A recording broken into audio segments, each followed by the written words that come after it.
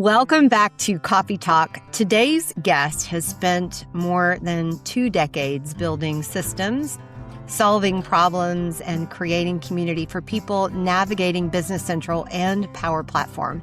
She's the founder of Weekend Power Platform, the author of Extending Business Central with Power Platform, and right now she's doing something that a lot of us are still figuring out, building her first AI Copilot Agent out loud and in front of everyone. Please welcome Shawn Sissenwein. Thank you. Thank you for having me on your show. I'm excited to, you're right, kind of be on the other side. I started my podcast this year, so I'm kind of learning along the way. So as I was prepping this morning, it's like, oh, okay, I'm the guest. You're on the other side of it this time, right? We met a couple of months ago at Directions, I think.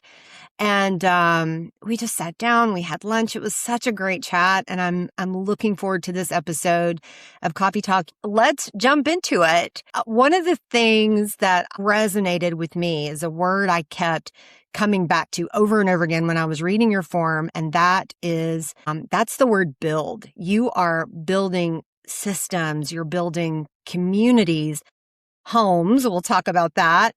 Most importantly, you're building confidence. And I don't think that any of that happens by accident. Were you always someone who loved building things? Yeah, I think so. So I wasn't that kid that was taking apart radios and those kinds of things, but I was a kid trying to make things better for people, smoothing things over, creating order, giving people confidence, which is kind of interesting that I was so shy and quiet, but I was always doing that for other people. I spent like a lot of my childhood on the farm with my grandparents. I spent a lot of time with my grandma and helping. We would go to other relatives' place, and instead of going to the state fair, I was like, I'm going to go to the nursing home and visit my great grandma. And I would go around and, talk with everybody. So I feel like I was just always involved and trying to make things better for, people, whether they had disabilities or, were older or just trying to make a living. And that's kind of, what I did. And then later, I worked with people with disabilities, and in my 20s, actually created a business plan and went to the state of California and got certified to help people with, they lived on their own, and I did meal prep, helping them in the community, just building those life skills that you need when you're on your own and have disabilities and have either learning or physical or whatever that is. And then in my 30s, when I started into Navision, which we can talk about in a minute, but I think it was a real natural thing for me because it just came easy, even though I did not have a tech background, and it was tough for a while. I love Navision. I loved helping people. I spent 5 years implementing 2 versions of NAV. I did Microsoft CRM 1.0. And so I just got in and taught myself, really read the code and everything. So that's kind of my 20s and my 30s and growing up. That's incredible. Why do you think that creating something from nothing lights you up so much? I think it's partly the challenge. I do think that I get bored very easily. And so I think just starting that from scratch and really diving in, I think over time, I realized I did a lot of observing. So I wasn't seeing how people did things and wanted to make it better. That really was kind of one of my superpowers of doing that. And then just starting, I wanted to be able to do it myself. And implement it and show people there's a better way. Yeah. You are leaving things better than you found them. Was there someone along the way that taught you that? I do think it was growing up on the farm, and we had cattle and we grew wheat. And so we were always improving the land, always improving that. So you wanted it to be better in leaving it. So we didn't, there was no like, hey, I have trash in my car and I'm just going to throw it away because the animals could eat it, or, it was bad for the environment or whatever. So we were always, looking out at that from that perspective. Yeah. I want to bring special attention to our coffee mugs. They're really cute today. If you're watching on YouTube, you can see this. Mine is a cute little fox and hers is a cow. I always take a picture at before we hit record, just so I have one for my files. And when you held your coffee cup up, I was like, oh my gosh, this is so perfect. So let's talk about the Cow app. That was a story from your intake that just made me smile. Tell me about that. Yeah, the Cow app, I think became just this perfect thing because I was going out and helping my dad a couple of times a year, and he has this little red book. And if you know, you know, but that's where you put all your cattle in when you're calving and when they were born, the sex and all that kind of stuff. So he would carry this little book with them. And we started doing ultrasounds and tracking all that stuff. And I thought, you know what if I just create an app? And in the meantime, I was introduced to Power Platform, and I love Power Apps. Even to this day, it's probably my favorite Power is the apps.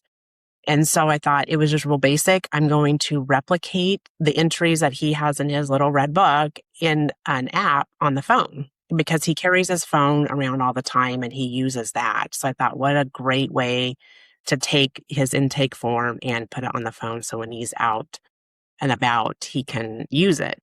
And then kind of an interesting thing that really one day he's like, you know what? I love this Cow app. When I'm out on my horse and I'm riding around on the field, I can just pull my phone out and look at something versus, trying to get the red book out. And half the time, there's other information that I have at the house that I don't have. So for me, envisioning him on the cow, not on the cow, but on the horse riding around, and he had his little phone out and he's looking up stuff, so that was really great for me to see.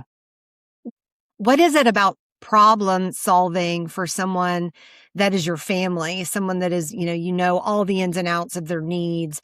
How is that different from solving a problem for a client? I think because all of a sudden you're a child, so you're not an adult. And so when you're solving those kinds of things, it's like, it's still your parents, right? So I still felt like sometimes I'm like, oh my God, I'm going to get in trouble. I'm going to get grounded or something, So it's just different. But it's also too, I think, knowing the business and knowing what kinds of things would be good and easy for him to use and making it easy. Because just like with our customers and anybody else, if you implement something and there's problems, there's challenges, you don't train them, they don't know how to use it, then it just nobody wants to, right? So I think having that insight of knowing exactly, what he would say about it and what he needed and you have that going for you. So yeah, our family is very honest with us, aren't they? Whether we want it Mhm. or not, they're brutally honest every time. So your dad was your first Power Apps customer, is that right? Yeah, at 76, I built an app for a 76-year-old who did not computer. I did get him a computer during 2020, and he's like, oh, you mean my doorstop? So it's been on the floor ever since we got it, but the phone he uses all the time. He does Angus cows. And so he goes, I need you to install this Angus app on my tablet. Well, first of all, he had two because he thought one was broke. It just needed to be charged. So he got another one, and he uses an iPhone, but he had a Droid tablet. And I'm like, I don't know why we did that. So anyway, I installed it on both tablets. I installed it on his phone. And then I went away because I live in California and he's in Kansas. And then he calls me. He's like, I need help registering the calves and I need help with this and that. And that part, I think for him and we learned together because he already knows about raising cattle and what you need to do. I'm called the computer lady. So I know the technology piece, and we kind of came together and, spent, I don't know, 7, 8, 10 years, getting everything lined up and doing everything that we needed. But yeah, that was kind of an interesting, and that's how I got my job, if you will. Yeah. So let's transition and talk about Weekend Power Platform. Where did that idea come from? So the idea came from actually Belinda Allen. Yeah. I used to she has a Saturday morning, it's Power BI. And I would go to Saturday morning Power BI every Saturday. I did this for several years and it was an amazing group. I learned a ton. Well, I started working on Power Platform. And so I was missing the Power BI sessions because I was overlearning, doing Power Automate and apps and all things Power Platform. And she goes, I think you need a Saturday morning group. And I'm like, I do. You're right. And so at that moment in time, I decided that, you know what, this is what I'm going to do. I'm going to create Weekend Power Platform. Was there ever a time where your project stopped feeling like a project and started feeling more like community building? Yeah, I think as, last year was kind of an interesting year, but it took a little bit to get off the ground. And we finally now have kind of our core group, if you will. I feel like, so this last week, when somebody was having problems or challenging trying to get something to work. And they said, well, I phoned a friend or I phoned a couple of friends. And then the other person's like, that's what Weekend Power Platform is for. And I'm like, you're right. We come together and sometimes we have very specific activities that we're working on. But a lot of times it's like, what is everybody doing during the week? And then we share with each other and learn and just really kind of dive into this whole like AI, which right now I call it the messy phase. I think we're just in this messy AI phase that we can sit and, talk about, what we're doing and what our customers are doing, what are the people out in the community doing and sharing that information and learning from each other. So you're diving into AI. I said in your introduction that you're doing something out loud and a very like public evolution. You're building an AI agent. Is that right? Yeah. Yeah, I built a couple, and I wanted to talk about my first one, and I'll share this with you because I think it's important for everybody to know. Because even after, I've implemented software now for 30 years, almost 30 years, and this AI Copilot Studio is so exciting. You want to dive in, you want to build all this stuff, and you kind of get wrapped up in that. And I realized after I took my first project on, one, I didn't understand the requirements well, didn't have good SOPs. The department was actually going to a new system. We weren't even staying with that system, but I still just jumped in and wanted to build this huge, massive like agent. And it failed, as you can imagine, because of those things. And then I came back and I was like, okay, now the next one, first of all, we need to really understand the requirements. We really need to understand, what we're building and what we're automating. And there's still this human piece to it. The other thing I realized too, in talking with the team and other people, is that there's still a lot of people that are really scared of AI. They're scared it's going to take your job. They're scared all kinds of stuff. And it's people that you wouldn't think. It's people like me who have been implementing and doing change for several decades that are like, what does it look like now? And so I think there's that piece of it too. But yeah, I've been approaching that differently now that I kind of stumbled upon the first one. And I think everybody has to kind of, come back and look at like lessons learned. And those are the kinds of things that I want to share with everybody, the listeners, blogging. And, it's like, I think if all of us share that information, and, then we can maybe make it a little bit easier for somebody else. They don't have to necessarily go through the same struggles we went through. You're doing something really special, and I do see that as a major community building activity, and you are learning alongside so many people, and you're doing it in real time. And I think it's important for other people to see those successes, failures, and you're like, oh, it didn't come together, but here are the reasons why. And there's a lot of active learning that happens in failures. I mean, Coffee Talk is all about that. One of the things that's so special about Dynamics is that we are in this together. We are learning together. We're learning alongside each other. What's it like building so authentically in public for you? Well, it was terrifying at first, I'll tell you. I sat on it for a while and you start thinking about like, cause I wasn't really one that talked at, conferences and did all these things. Even though I've implemented Business Central for years now, I've trained hundreds of people. It's different. It's different when you get up and you're like exposed and you're afraid that, oh my God, I don't know what I'm talking about. What if they ask you a bunch of questions? What if I lose my words, and all that kind of stuff. So I think for a while I wanted to do it for a couple of years. And then I just finally was like, you know what? I was trying to make it perfect. Even with the podcast, I recorded and recorded and recorded and edited and edited. And I thought, you know what? It's just do it and jump in. And I started speaking engagements thanks to Carrie Carosa and Kim Cogiton. As you know, Kim and I do a lot of things together, and writing a book is one. And you just lean on your friends and you lean on the community and you just get out there and do it. Like no one's going to start yelling at you, throwing stuff at you. It's like you do it, and it gets a little bit easier. I still get nervous and think about, okay, what are people thinking? But or no one's going to follow me. No one's reading my blogs. No one's listening to my podcast, but it doesn't matter to me because I want to share this information. And even if you reach one person, it resonates with somebody, it's worth it for me to do all of this to help people. Yeah. I mean, it's so shocking to me to find out that you didn't used to speak, that you are this shy, quiet person. I am also a shy, quiet person, which is shocking to a lot of people to find out. But this community specifically is so infectious, and it makes you want to jump in and try new things alongside other people. You've mentioned you've written a book, you've built a business, you're actively building community.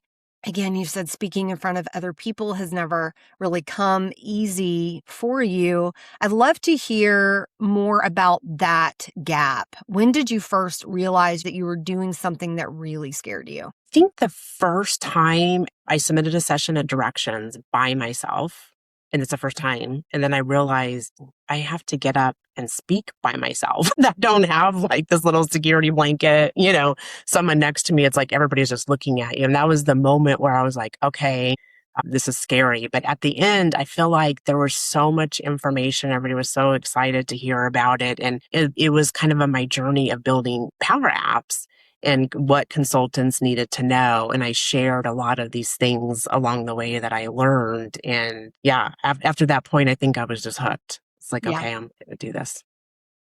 What's the difference between how you feel now on a stage and how you felt that very first time? Better. I think after you do it, you realize why you're doing it. And you're sharing information, even though it's still, I still like pre-record, all my demos. I'm too scared to try some of these ones like on the fly. And like I pray to the demo gods all the time. But then what I realize is like, okay, you make a mistake or you need to move over here or do something. It's not the end of the world. Not everything is perfect. And you go with it. So it does get easier and easier as you do it. But I think there's still an aspect of like, oh, I'm speaking today. There's just that nervous butterfly feeling that you get, or Right. I do anyway. Man, the butterflies will carry me away. Last year or earlier this year, I introduced Molly and Liz at Vibe, and I was so nervous because those ladies are my heroes. I adore them, both of them. And I wanted to do a good job in communicating how effective they are and how special they are. And I was standing on the side of the stage and I was so nervous. And Robin Fennell was beside me and she said, "Do you want a margarita?" And I was like, "Actually, I do." And I was like, "I'm so nervous." And she was like, "You've got to be kidding me." She said, "I never in a million years would have thought that you of all people would be so nervous."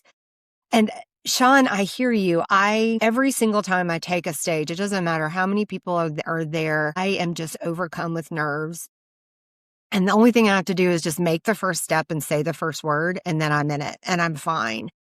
And I can't say that it ever gets easier, but I love it. I just echoing what you've said, knowing that I'm making a difference, even if it's with one person, I'm teaching someone a new marketing principle or an idea that I've had. It makes it all just so worth it. It's just part of it. And I think it matters so much. And I'm nervous because it matters so much, right? I want to do a good job. I want to reach people. I want to help make a difference. I think it's like the passion too. Like, you're so passionate about something that, you want to share it and get up and you start doing things that you thought, oh, I would never do that ever in a million years, but you do it.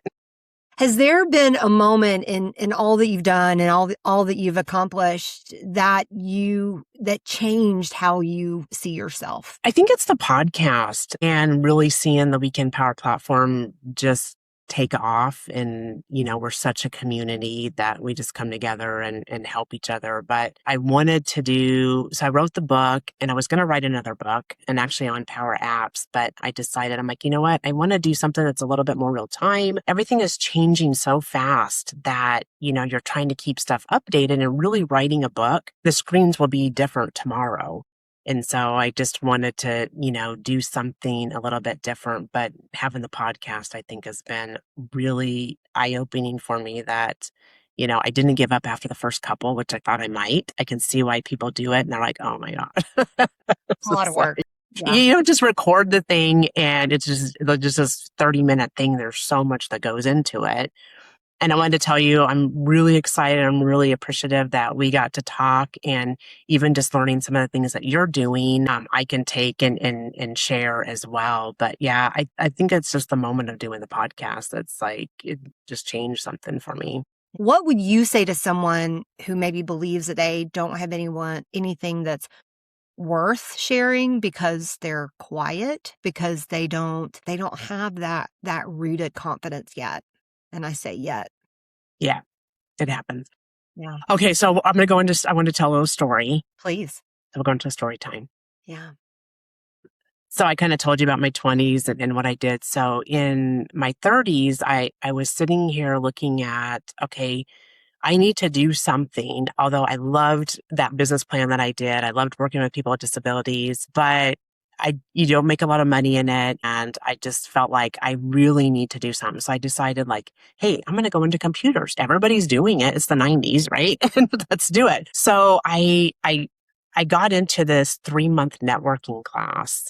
And I know why I got in, because at first they declined me and I called and I said, no, I'll know how to do this. I'll research. My uncle works for IBM. He's a programmer. I know all these people. I'll figure it out. And they're like, Shawn, you just don't have the skills. You don't really know what you're doing. But I'm like, you have to let me in. Like, what am I going to do? I don't have a degree. I have these great skills, but I need this class. So fast forward, they let me in. I show up the first day on Monday and there's 8 of us. I'm the girl, 7 guys and me. So I get in there and I am not kidding you. I did not speak to anybody for almost a month. I did the class, didn't ask I wrote down all my questions. I was so scared that I was going to ask a question and they would know I didn't know what I was doing, but they already knew that. So you think that by not saying anything and being quiet, that, people are looking at you different. And it's like, they already know. Right. And so after the 3 months, we all became friends and, the class went well and they talked me into going. I'm real close to the Mexico border, but they talked me into going there. So I took my first Microsoft certification in Mexico. I was the only one that passed. Those guys all failed. And so they were so upset with me. But yeah, I guess for me, just looking back at that, it's like, just ask the questions and speak up and learn, because that's the only way you do. And the other way is so much harder, to just do it on your own. Right. And sometimes, Shawn, I feel like, and I think I've said this on Coffee Talk, I have to get out of my own way. I'm scared, I'm nervous, but I have to do it anyway. So I just act and I speak, even though I'm nervous, I'm scared. And I feel like you're the same. You're showing up anyway. What keeps pulling you back to do more, to build more, to create more? I think it's learning. I always have had that passion for learning. So I love that. But I feel like if I help one person in the next 10 years, if I help 1 or 2 people, I'm successful. That's all, And so I hear people say, oh, I didn't know that. And I'm looking forward to your class. And I picked this up on your podcast. And it's like just 1 person, 2 people, it doesn't have to be a big group. And so I keep doing that because I believe in this community. I'm invested in this community and I want to share, and be part of it. I really just want to be part of the community. So yeah, let me end. No. You're in it. So let's do it together. So tell me more about your book. You've written a book. Where did the idea for that come from? And I'll hold off on the second part of my question. Yeah. I'll stop there. Yeah. So Kim Cogiton, as everybody probably knows. So she came to me one day and she has talked to me into crazy things. I'm sure I've talked her into crazy things too. I realize that we're really good partners just because we push each other to do things we probably wouldn't.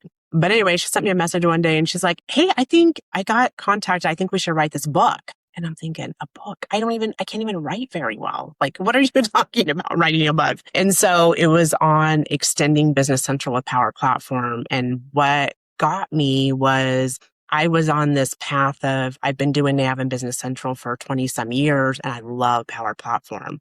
And how can I take that Business Central NAV stuff that we're doing and start extending it with all of these other, applications in the ecosystem? So I was like, let's do it. And little did I know it worked out really well, but it's a lot of work. We both worked a full-time job.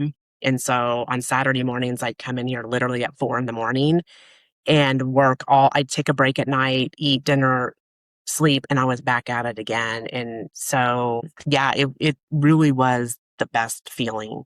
People will say that at the end, the best feeling is just holding the book. And it's true. It was great. We were able to share a lot of things that we were doing.